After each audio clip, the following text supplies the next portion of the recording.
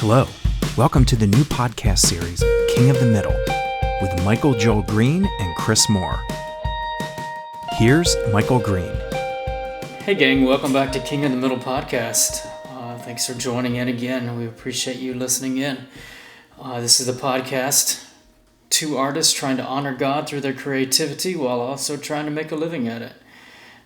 Glad you joined us. Tonight's episode, we're going to actually do a movie review in a way. Chris and I both had a chance recently to see the new Bill and Ted movie, Face the Music. And yeah, though there was some nostalgia present for sure, especially growing up during the first one and being really big fans of the first one, I know. I couldn't help but be struck by some of the themes and the takeaways that the movie kind of presented. And I know that, Chris, you were really affected by it. Do you want to kind of go into that? Yeah, so I think the reason why we're so moved to talk about this, because this is not what we're normally about, talking about movie reviews, but this movie absolutely hit and hammered the subject matter that we were talking about right from the very first episode of this podcast, which is you're dreamers, you're artists, and you feel like you have a destiny or a vision for your work that's going to do good for the world, and you haven't accomplished it yet. And worse for Bill and Ted is they've been told they're going to save the world, and not only has it not happened, but they're like they're doing a performance at a wedding for the family, and it's obvious these guys haven't done anything. They've mentioned that I think they perform in a local lodge is like the last gig, whatever it is. They're like, they have not accomplished any of the dreams that they had, nor have they created a song that was going to unite the world. So what's really interesting here is that I just, as soon as this movie started, within the first 5 to 10 minutes, I was like, oh my gosh, I feel so much in common with these guys that I was just like, this is really hitting me right in the heart. It's hitting me right in the gut. Yeah, let me actually stop you really quickly. I think just to kind of give a brief background in case anyone, one, has not seen the original, and two, didn't know there was even a new Bill and Ted's movie out. So the first one took place, what was it, 30 years ago? 1989? Something like 89. Yeah. 87, 89. Two kind of slacker guys, wannabe rock stars, very likable, very innocent, very naive, kind of go time traveling. I can't even really remember too. They put together a history project of like famous luminaries in history. Mm-hmm. So this movie takes place 30 years when they're middle age, and they're still they were told in the first one that they would be the most influential rock band of all time. So in this one, you got two middle-aged guys who have not made it, and are still telling people that they have time traveled, and there's a prophecy that they're going to unite the world through their music, but they have not seen it happen yet, and their family thinks they're crazy, family members think they're crazy, but yet they have still told. Anyway, I'm going to let you go in a second, but then they are approached by someone from another dimension, the future, I don't even know what to call it, and told that the world is going to basically fall apart unless they write a song that's going to unite the world, and they have, I think, 70 minutes to write it. So that sort of takes you up. So anyway, go ahead. Didn't mean to cut you off. Yeah, exactly. So the setup for the film, spoiler alert, turn this off. Do not listen to this podcast if you do not want it ruined. Go see it and then come back. But yeah, actually the wives of Bill and Ted are from the past, so they do know about their time traveling and whatnot. But the fact is, they even know what the prophecy is, but they've never seen it come to fruition. And Bill and Ted haven't seen it. So we're set up. That's the setup of the movie. And then the future, George Carlin's daughter, his character, who was the one that took him around the first movies, because he's deceased in real life, it's his daughter now who's come to take over the job and says, you guys haven't delivered and the future's angry at you. So that's where they go to the future and find out, our destiny, we have not met it. And now we only have 70 something minutes to meet it, or we're doomed. And what's interesting is, I just love that we start that setup that these guys feel they have a destiny to do something great, and they're plugging away. They have a house, they have wives, they have 2 awesome daughters, which the performances in the movie by the 2 girls that are playing their daughters, particularly Keanu Reeves, the girl that's playing Ted's daughter, is amazing. It's like spitting image of him as a girl in that really age. It's got amazing. It. I was amazed. Just flipping him, and just absolutely amazing. But they've got their family and all this stuff, but they go, what I love about it is they start off and they're going to marriage therapy. They're going to therapy, and as a matter of fact, these guys are so tied together that they go to therapy and they go together with their wives, and neither wife expected that they were going to therapy together as a foursome. So already it shows you that they're so dedicated to each other that there's actually stuff happening with their family and with their wives and their marriages. And these guys love their wives, but they absolutely love their wives, but they can't let go. And it's at the point of there's actually peril for their marriages. And I thought, my goodness, once again, this is the second major theme in the thing, and the film had just started out, and already they're talking about broken dreams, not being able to let go, and risk of family, embarrassment. And one of the guys, Bill or Ted's dad, was it Ted's? I can't remember, but Dad actually gives him yells at them during this wedding in the beginning for one of the family members that you're losers. You haven't done anything. What are you doing? And it's like, this just resonated with me again as an artist trying to figure out my place in the world. This comes up with exactly the things that we were talking about in the first couple of episodes of this podcast. We were talking about this thing, the embarrassment of not living up to expectations and continuing on. So that hit me. What did you think? Did that stick out for you, Michael? What was your reaction? It definitely did. Also what I think to go along with what you said about the therapy, they're also very codependent upon each other, which not sure that's I'm not sure that's what we're talking about going along with our theme tonight, but I think it probably does, because their codependency is very much tied, I'm speculating, upon their quest to succeed or to make it. So there is that idea of, if it's even kind of in the Bible, God's like, a man, shall leave your family and be joined in one, husband and wife. And in a way, they're not able to fulfill that because they're still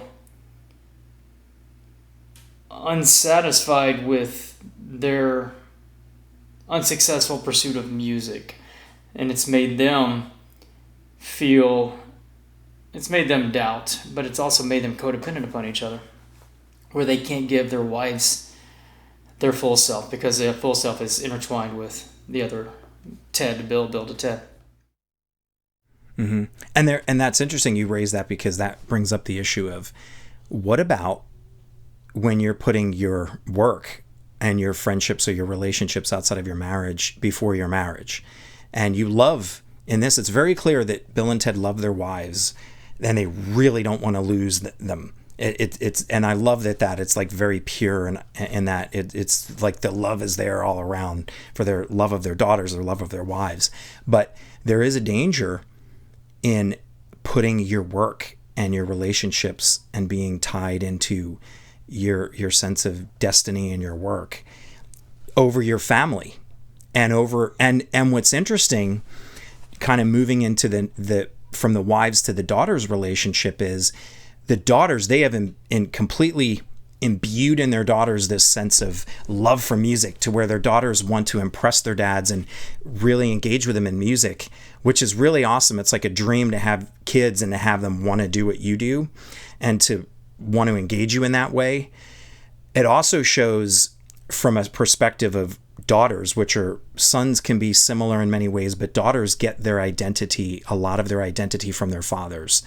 And there's a lot of this is written in therapy and comes up in studies, that daughters really get a lot of their identity. You'd think, well, sons do, daughters must get it from their mom. And it's like they get a lot of their identity from their fathers. And you can see that these two daughters want to be like their dads.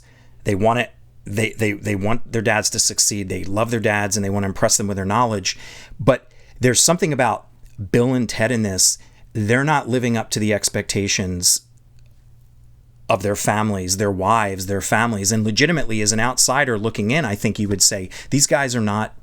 They're really good, loving dads, but they've let their dream get out of hand, and they need to be careful because they could lead their family astray. They might lose their marriage, and they could lead their daughters astray, or they could leave their daughters picking up the pieces if their marriages break up. So there's like a lot of weight. And what I really like about the movie is they make that known to you, and they lay that on you, that the bigger thing, even than fixing the world, saving the world, is their families. Like, you're more concerned about Bill and Ted saving their families even than you are them saving the world in this movie. And I thought that was awesome. And they really hit on it about the daughters and the wives and the family, and just all that stuff just hit me as I was watching it. And I was like, man, this is the psychology behind this film. I do not feel that I'm reading into it, because I do not like reading into movies stuff that's not there. I don't like pasting stuff on and saying this movie is religious and it's faith-based because I'm a believer. I hate doing that. I really think this movie hit on all these great things because they're profound truths, and this movie just touched on so many of them, which is why I so much wanted to talk about this film. So, yeah. So, any comments there, Man, Michael? The marriage scene, or the wedding scene, I love the way they did that, because everyone, the father, the wives are still supportive because they're from the past, and so but the rest of the wedding guests think these guys are crazy. The father thinks that his son is crazy, but the daughters are fully supportive, and they're the only ones that actually get it. And so even when they play this crazy song during the wedding that is done mostly by mouth instruments, and I mean, it's way out there, but the daughters afterwards adore it, and they're talking about the inspiration that the two guys must have drawn from to write that melody and stuff. And that's sort of turning a lot of movie cliches on the head, because usually the parent is not, or the child does not respect or like the parent too much. So this is really nice to see a reversal of that, where the daughters not idolize, but look up to their dads and love their musical history and passion so much that the daughters have this musical knowledge that goes back hundreds of years. That was great. And then they paid that off by the daughters then having a huge role to play. Yes, and we want to save. Yeah, we don't want to get into that yet. But yes, what did you think about? So Bill and Ted's concept for writing this song that they've never been able to write is, let's cheat. Let's jump through time forward and find the song so we don't actually have to write it.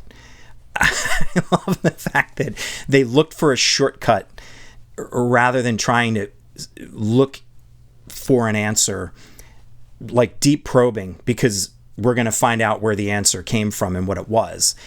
And they're looking for this superficial solution. We need to get this, and we need to go in the future. So, and of course, I think the first house they land in is them a few years in the future. I can't remember. I think they jump 3 times at least, but one of the first earlier times they jump is they find themselves in a big mansion, and the guys hand themselves a song. The future selves were waiting for them and hand them a song. I think the first time they were at some cruddy, terrible place performing, and they were losers. And then the second time they're ready. The Bill and Ted of the future are ready, and they, Bill and Ted of the future #2 hand them this song. But it turns out that wasn't Bill and Ted's song. It's Dave Grohl's song that's not released yet. That's so good. So yeah, And then they go and confront them as Dave Grohl's at the front door saying, I'm going to call the police. And he's trying to get in his own home because he was off doing something and he was away. And Bill and Ted knew that. And so the question is, how do we see in our own work, are there any ways that we have cheated? Because I didn't have an immediate reaction at like, oh, I can see in my life right how that affected me. And I went, uh-oh, I bet you there are ways that this applies to me very directly. And the fact that I can't instantly connect with it means it's deeper down, which means I need to probe a little more because there's something to be said about this shortcutting. What do you have to say about that, a reflection of that? Man, I think that part was really touching for me in when they wanted to there's so much to say here. I was just jotting stuff down. Please talk. They don't think they can write that song because in their minds they've never done it. Now they may have written a song in the past that was really that good, but because they didn't have that validation from an audience, to them it wasn't worthy. That could be true. It could also be that they just hadn't written a song, and a lot of that is, there's a myth that the really, the great artist, the great whatever, the great rock star, they pull a song out of air. No, there's so much work that has to be done. Reminds me of that Malcolm Gladwell book that came out several years ago. I think it was called Outliers. And the premise of that was, if you want to master a craft, it takes 10,000 hours. I agree with that. And you have to put in those 10,000 hours before you can write the song that is being talked about. So those thoughts, I think the other, like you said, it's one, for me, it's more about, even if you could cheat and skip to the future and have that song given to you, rather than going through the process, which is painful, of actually writing it. One, it's hard. Two, it's you have to open yourself up emotionally, which takes a vulnerability that is hard. It's a painful process. Would I snap my fingers and have a novel that I'm working on completely done? It would be tempting, but at the same time, look what I would be passing up. Though grueling, the immensely rewarding satisfaction of having finished that, done the work, the effort. And I think God wants that. It's like God wants us to go through that process. And I think that's also very similar to life. I remember I had a conversation years ago with a friend, and we had this conversation about if you, she did not like the uncertainty of life, wanted to sort of bypass it, wanted things to be very certain, know the answer. I probably. I have to confess, I love that uncertainty. I love the not knowing. It's sort of a struggle. And so we were talking, I was like, if you had a crystal ball that could tell you the answer to this decision you're facing or crisis you're facing, would you use it? And she was very quick to say yes. And I no, not a chance. Because you're missing out on one of the glories that God has given us in this life, the uncertainty, the not knowing, but in a way that makes us alive. It lets you know that your heart is alive and that you're, some of my greatest memories are when, I was facing, I was going through intense times or whatever, but that adrenaline and that just living on prayer and it's the greatest. It's the greatest fuel, and I'm reading a lot into this, but they wanted to cheat it. They wanted to bypass everything that goes into it, rather than going through the self-doubt, the vulnerability, the actual work involved, opening themselves up, and facing those demons of, am I good enough? Do I have it in me? I've never written. I actually started like scrolling through all the songs I've written in the past when I was watching this movie and going, man, could I actually play that song? And is that song actually, lyrically something that could actually have a positive impact? And it was cool. I mean, that's flattering myself, perhaps, and definitely, but it's cool to sit there and go, that song might actually, there's a great message to that song I wrote, 18 years ago or whatever. And then you kind of relive that process of when you wrote that song and what you're going through at the time. But if I had just skipped all that, I wouldn't have those memories of, oh man, I remember exactly where I was in my living room on the couch when I wrote, that song. Or I was in a IHOP coffee shop at 2 a.m. writing that lyric, So those are great moments you take with you, and you shouldn't want to skip those. Yeah, and I think you hit on something that's really interesting about, when you skip a process, you're cheating yourself. You're cheating in order to get to that importance, to get to something profound. You have to go through that process and that hurt and that uncertainty. I think one thing to keep in mind that's possible, we don't really know, but in the movie, it's been a long time since the other movies, and they do mention that they've written a bunch of songs. So I feel like to some extent they've done some of what you're saying, Michael, but then what's happened is now they're starting to have doubts because they've done it for so long, and maybe they haven't done it to the level that you're talking about. And if they had really been probing and didn't have that weight of every single thing that we're doing, there's so much weight on our shoulders because this is going to be the greatest song ever. This is going to be that we're going to write the song that unites the world. Like they knew something, that they had a great destiny, and the weight of that can kill you. That can chop off and kill your ability to be creative and do what you were meant to do. We kind of got onto this again in our first couple episodes of the podcast, where when you feel the importance of what you do has to be perfect and amazing, it can squelch your ability to ever do it. It can, and I felt that a lot in my life, where I felt so much pressure for what I was doing that I felt it was impossible to do anything really great, because what I did is I went at everything with a very somewhat mechanical, almost like more mathematical or more just like checklists. I did things with checklists rather than letting all my brain and everything in creativity work. And what would happen with that is nothing ever came out anywhere near close to as good. And this definitely relates to my career when I was editing, when I was working in higher tier stuff. I was always so worried that everything I did, if it wasn't perfect, I would look dopey, not very talented, and that I would fail the people who had very high expectations. Because working in the studio system, there's a lot of high expectations. And I always felt like I don't know, how do I do this right?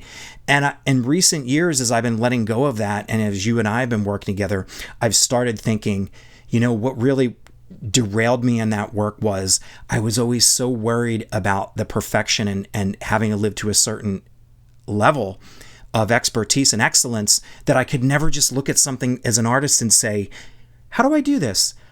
Oh, I have it in me to be able to do this, and then execute it. And I couldn't do that because I was so worried about the process. And I think that really, I guess, hit me. It really hit me with this movie, that Bill and Ted for all these years have not been able to do it because they've had so much pressure on them of what they've got to accomplish that they haven't been able to. They've even had moments of brilliance. They've had moments of brilliance where they've done incredible things. They've had moments of brilliance, but they haven't been able to really let go to find out where their great gifts are and what they're capable of. And so, like you said, they're jumping around some of the hard work, possibly, and some of that intensity that would have, and if they really embraced it, it would have flushed out with this amazing music that some of the things that they could have done. Or, as we're going to talk about as we get closer to the end of this, they may have learned the lesson that they're going to learn by the end. They would have learned it earlier. And when we get to it, I'll talk in a few minutes about my parallel to this, to where we're going. I think the final thing that I wanted to say on that subject matter was, about if you have such high demand and such high regard for what you must do, it makes it so hard to do. And anyway, I'm going to stop. I'm going to cut this out because I had something else I wanted to say, but I lost it because I think I covered it. So I'll just I understand. reset. I think Back I to understand you. what you're saying. It reminds me of one of my favorite movies ever is this movie called Big Fish.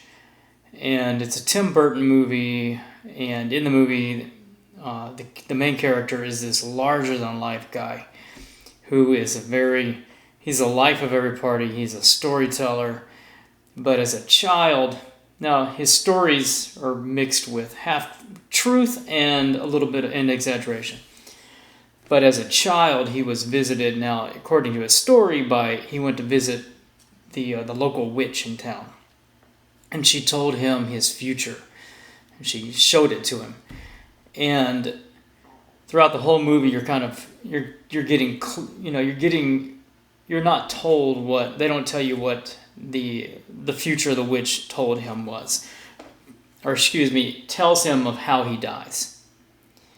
So his whole life, he believes in that so wholeheartedly that he can live very passionately, very risk-taking, I use the word freely, in a sense, because he believes that that's how he goes, and it doesn't happen until this time. So in there you've got a man who hears a prophecy or a foretold future about himself, and uses it. It doesn't paralyze him, it invigorates him. Versus this, where we may know God has a future and a future for us, but we still get overwhelmed by doubt, circumstances, to where it cripples us because it's like I thought this was supposed to happen. This is not matching up with what I thought they told me was going to happen. Or I don't know if that makes sense. Yeah, what I as you were talking, what I was thinking was, what's very interesting is I think we have a hard time when we know our future, even if it emboldens us. I think I don't know if it's 50-50. Maybe for some it's like, if I knew my future or some big thing about it, it would make me more excited. For others, it might shut them down. And I think that's why it's great that we don't know the future. And I was thinking a modern equivalent, like maybe you wouldn't know the future, but if you were the child, like a trust fund child who, like a Bill Gates kid or something, and you knew your parents were going to hand you the family business and a fortune, you knew where your future was going and you wouldn't have to accomplish as much. And actually, I mentioned Bill Gates because he has said publicly he's not handing over everything and billions of dollars to his kids because he wants them to work and have a destiny. But they don't know it for sure. They don't know exactly what it is. There's some flux. And I think that's good. And I think for me, I would rather not know because I don't know what I would accomplish if I knew. Like that I would just rest on my laurels. I don't know. I think it's better that, and I know as a Christian, we know biblically, Jesus told us even he didn't know a lot in his earthly body what God was going to do, what his Father was going to do. And that's because we have to rely on him. And it's only in recent years that I've realized, because I always wanted to know the future was going to be good. I always wanted this sense that I could see the future was going to be good. My dreams were going to come through and come true. In more recent years, realizing as I've gotten older that I have to rely on the walk not knowing, and I have to do the best work that I can not knowing. And I think that has been a good thing for me to learn. And it was hard to learn. And I'm learning this a bit later in life. Like I have to let go and be calm and trust the Father because I don't know. And that I just seeing this, I can, in our discussion, I'm just kind of seeing how this whole destiny thing can be, I guess it could be good, but I think for us as believers, it's probably really good that we don't know, because that's how the Lord keeps us in trust. And if we do have certain things laid out for us because we come from families that have that structure, there's something known because of the family's power or whatever, that isn't necessarily good either. So, yeah, anyway, did you have anything else, any other thoughts on that?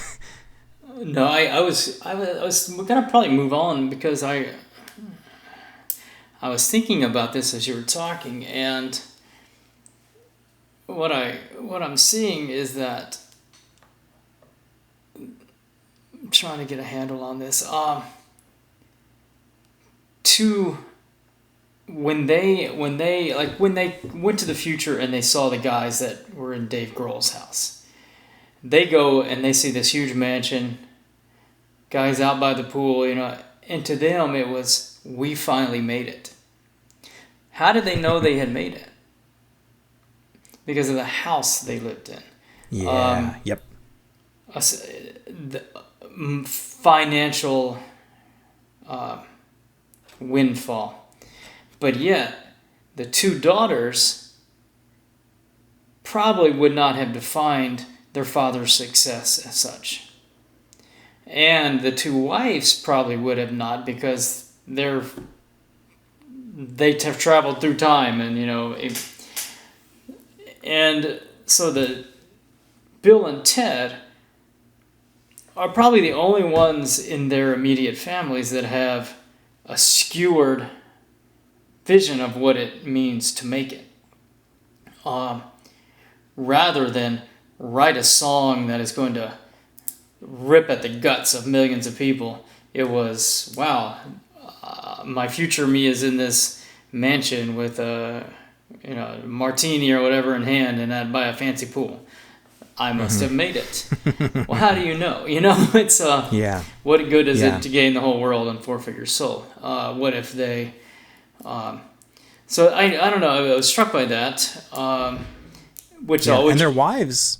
I'm sorry, their wives were princesses, and there's a joke about that. They actually are, which means they came from some kind of privilege or wealth, but they gave that up. It was very interesting that their view of success was not the material. Yeah. It's a juxtaposition. Now, an important question that we have to face here's where the tension is, the conflict, because we know that we have to provide for our families.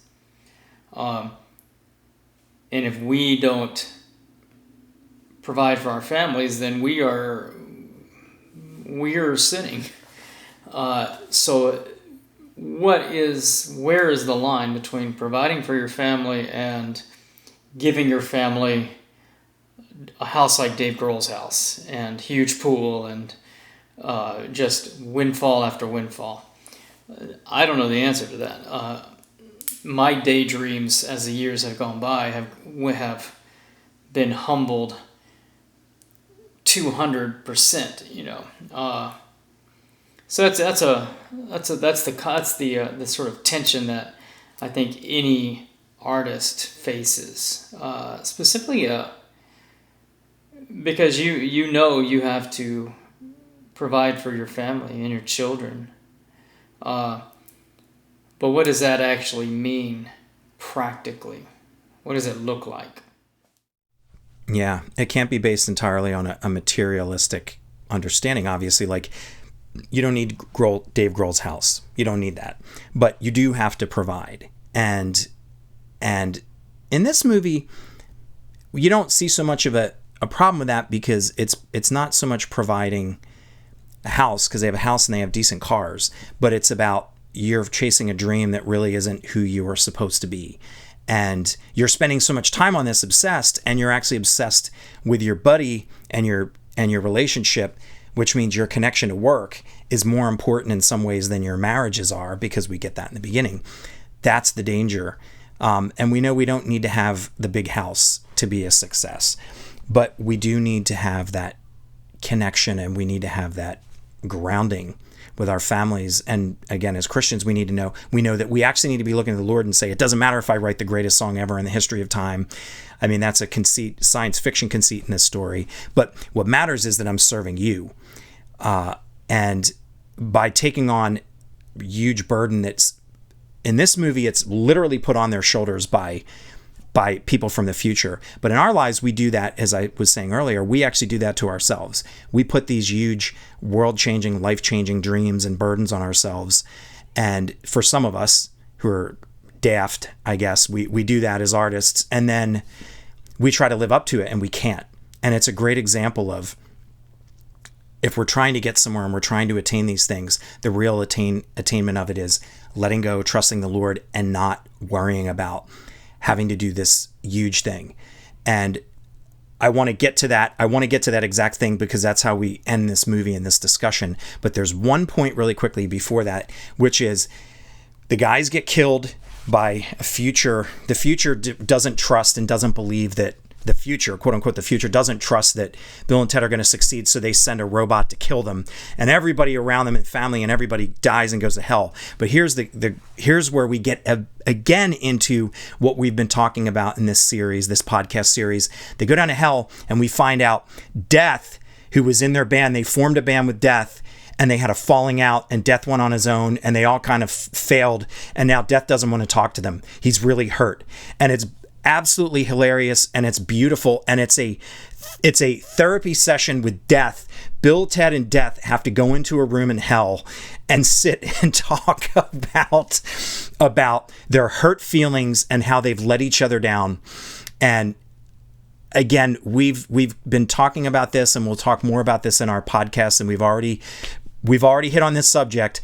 What happens in your relationships with your friends when you're working with them and things don't work out? How do you handle the breakdowns, and how do you do that and maintain your friendships in a godly way? And this movie went right to it because the guys had not dealt with the fallout that they had with Death, who was the most amazing bassist in history or whatever. What did you think about that? I loved it. I loved it.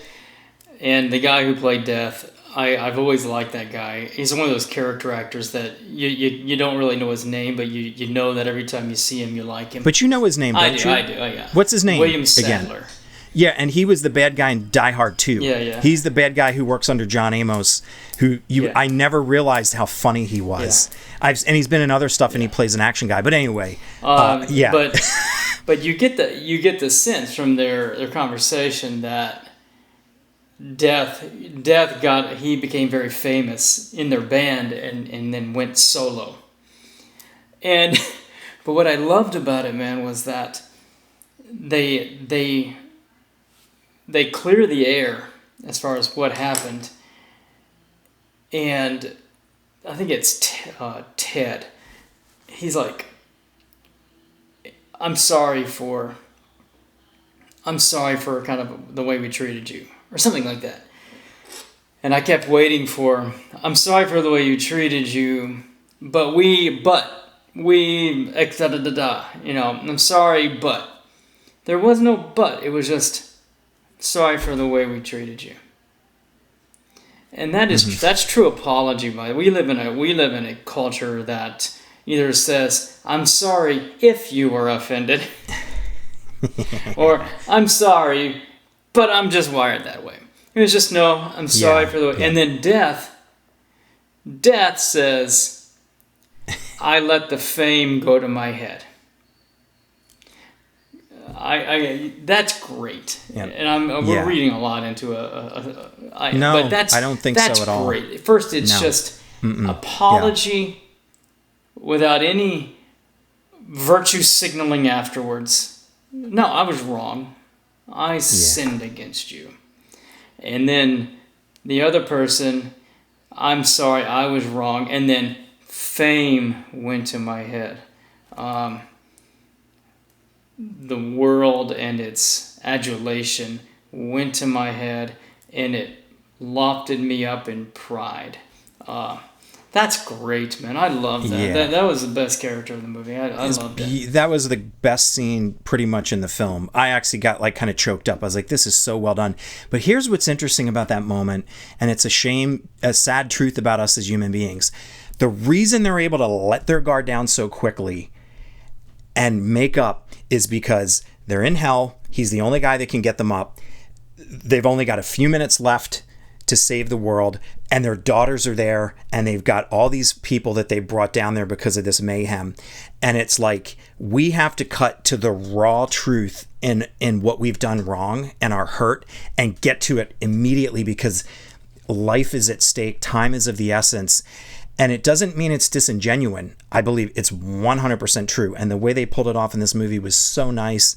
It was so true and honest, like you said. But why is it's unfortunate that we as human beings wait to have these heart-to-hearts until there's really heavy stuff? It is so hard for us to have these heart-to-hearts where we need to talk with people we've hurt or that have hurt us and have those conversations until some external force that's really intense puts us in those conversations. And that's something where, again, as a believer, I look at that and I say, man, I see my own brokenness and how I deal with things, that I put them off as long as I possibly can until I can't ever do it. And if those guys hadn't been sent back down to meet death, they may have never rectified with him. So I just, that really hit me like, man, why does it take such intense high stakes to fix things with people? And I still have some unresolved stuff that's floating out there in my own life with people from the past. And I looked at that and I was like, I wish I could find a way to put myself in this mindset without being on the edge of some really heavy duty stuff, you know? So yeah, that's really hit me hard, in the film and that. But the beauty and the payoff of all of this is what comes after that, when they literally do they hug each other? Do those guys actually hug each other? I can't remember. I think they do a group hug. I can't remember, but it's equivalent to that. I think they do. And it's like, then they go up, but now the real true revelation of what's wrong is Bill and Ted find out about what it is they've been missing. And what do you want to tell everybody about that? Yeah, I mean, it was not the prophecy, for lack of a better term, was not about Bill and Ted. It was the daughters, and not the way you think. Mm-hmm. Yeah, and yes. It was the daughters, actually, by bringing people together, that do it, to do it. And what they do is, for people, I mean, you've seen the film hopefully by this point, if you're watching this, it's everybody through all of time has to play together, because the conceit they do in this movie is what they did in the third Cloverfield movie. The open vortex of craziness is through all time, all at the same time. So everybody has to play together, and the daughters get that it's not about them.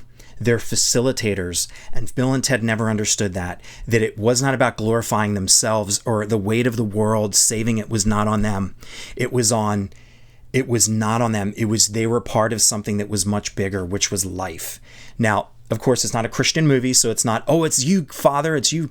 But for Christians, to take from that is, it's the Lord working in this world that saves us. It is not on us. And the fathers, they got it. The good thing is they got it in time and they figured it out. And I think when you were watching this movie, I think you, like me, figured it out within an hour before the end of the movie. 45 minutes before the end of the movie, I knew it. But like you said, it wasn't how I thought, but I knew it was going to be the daughters. It was the daughters were going to have a better idea. But it wasn't about this current politicizing of women are smart and men are dumb. Like you said, that's not what they did. The daughters realized everybody has to work together. And that was just awesome, beautiful. I was getting teary-eyed, man. I was getting like, tears were like welling up. I was like, they hammered the truth of life in that moment. Yeah, their daughters. No one, and they go back in time and they get Jimi Hendrix, Louis Armstrong, Mozart. I mean, this flautist. I mean, it's this drummer from the cave times, a cave dweller, and so you get these icons of musical history. But even then, the spotlight was not on them. It was the song uniting people, and no one was getting the spotlight on them. And it was really nice. It was. I have to think that's heaven will be something like that, where any spotlight's going to be on Jesus, not going to be on us. And everybody working together in joyful celebration. Everybody was playing, and what happened is, in the moment, the end of the world vortex was coming, and people didn't notice it. When they started playing, they didn't notice it. And that's what was awesome, is realizing that it's none of us can do this. And without getting into a broad secular humanism that it's all of us, man, and we all do it, I'm putting it on God. That's what I take from this film. But it's, you can't do it yourself. And the whole thing that gets back to the core of why Bill and Ted couldn't do they couldn't fulfill their destiny, because they were putting it on them. And they believed that they were the only ones that had the solution. And that was just not it. And that was so biblical in its correctness. And I think what resonated for me is that has been the problem where I have had a hard time being able to do anything to glorify God, because I spent too much time putting the weight on myself and wanting to take glory for myself and my work and say, Father, it's you, but I want to put a lot of glory on me. And the only way I could ever do anything and have ever been more free to start working and saying, I'm going to work for you, Father. And if I fail and I screw up, it's okay. My identity isn't in my own deeds, my own creativity. And I can learn. I can possibly get better or not. Hopefully I can get better and learn every day. But I'm not going to heap this on me and say my value is on what I'm doing. And I think that has opened me up personally to exponentially increasing in my ability to just the creative endeavors that I'm doing. They're far from great and perfect, but I feel like what I've been doing has gotten so much better because I'm not putting that weight on my shoulders anymore. So have you had any kind of personal revelations we've kind of talked about in this series that you feel in any way that touches on anything you've experienced? I feel that I definitely don't have...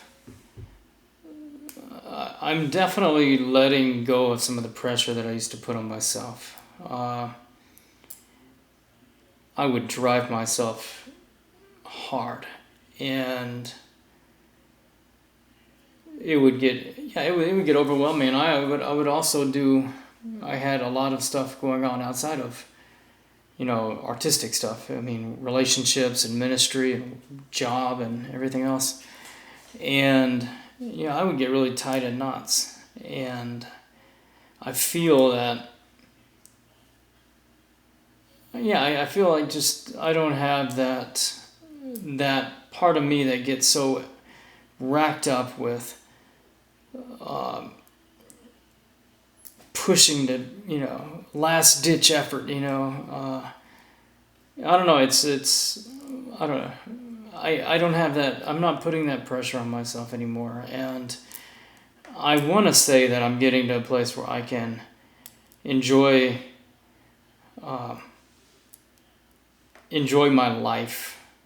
I think I've always enjoyed my life, but to be able to look at the small moments rather than always being, even when the small moments are happening, sitting on the couch with my wife and the dog, thinking about a book I'm doing that's got to get published and it's got to make a lot of money. I'm more engaged with the small moments right now. So I think it's a nice place. It's a nice place to be. Yeah. I think it's awesome. Well, I think that's a great wrap-up point. One question before I leave. Here's a question for you that I had. We always end movies at the climax, and the resolution.